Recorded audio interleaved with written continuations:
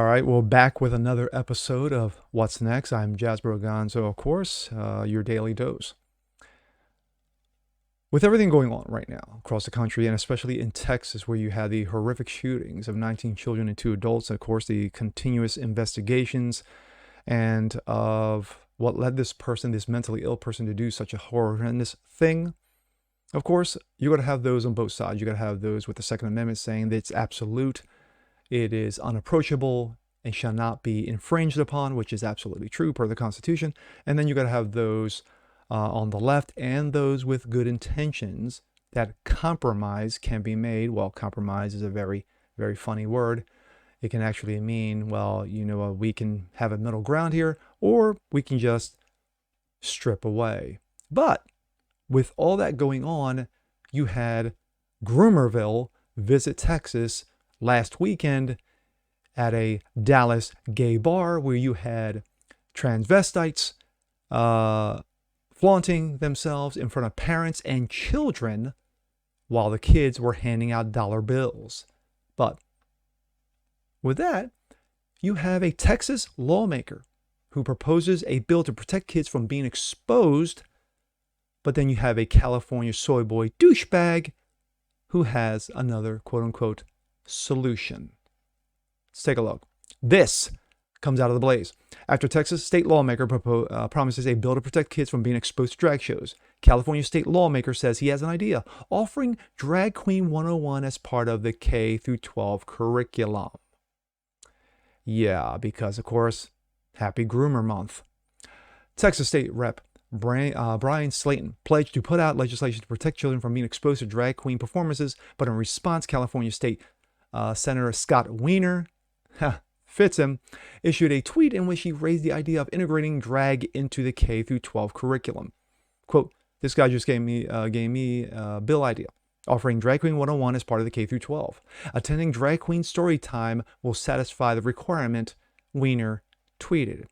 Drag Queen Story Hour involves drag queens reading stories to children, yes, your little kiddies, about how, quote, great it is to dress up and act the ass. Drag Queen Story Hour captures the imagination and play of gender fluidity in childhood and gives kids glamorous, positive, unabashedly queer role models, according to Drag Queen Story Hour website. Of course, that is Scott Wiener, and of course, what he tweeted about Brian Slayton, who tweeted out, drag shows are no place for a child. I will never take my children to a drag show. I know Speaker Dade Phelan and my Republican colleagues wouldn't either. I will be filing legislation to address this issue in the new Texas legislature. And of course, there it is. Slayton responded by saying that Wiener is clearly sick and then inviting people to, quote, join me in praying for him. Yeah, you could use that. Wiener replied to Stain by sharing a link to the video that appears to feature children frolicking around with a drag queen. The video is posted on TikTok, of course it is, account organization that offers drag queens telegrams and entertainment. Yike. And of course, this all stems from the bar in Texas, held a drag show on Saturday that had been billed as fit for guests of all ages, and disturbing video footage showing that there were children in attendance at the event, including young as toddlers. The Mr. Drag Queen Kids Pride Drag Show provides the ultimate family-friendly pride experience. This signature event is family-friendly spin-off of our family champagne drag brunch. Yeah, yada, yada, yada. Slayton announced on Monday they plans to propose legislation to protect children from being exposed to these evil performances.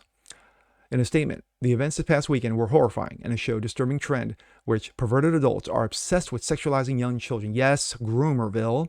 As father of 2 young children, I will never take my child to a drag show, and I know that Speaker Dade Phelan and the rest of my Republican colleagues will neither. Protecting our own children isn't enough. Our responsibility as lawmakers extends to sexualizing that is happening across Texas. When you have a parent who wants to protect their children, and as all parents do, that is just instinctual, that is just inside of you as a mom or dad. You want to avoid putting your children in harm's way, whether physically, mentally, spiritually. But when you've had this situation brewing bubbling up, and finally it hits the surface. That is, of course, what we now know as groomers. It's not just in Texas. It didn't just start in Florida. It is practically in every single state, and parents across the country are standing up to it. But when you have those who are trying to skirt the issue, when you're going to have those politicians who agree, you're going to have celebrities who agree, media who are standing on their heads, doing handstands, waving pom-poms, and celebrating that tranny madness, it's a good thing. No, it's evil, and evil must be stomped out.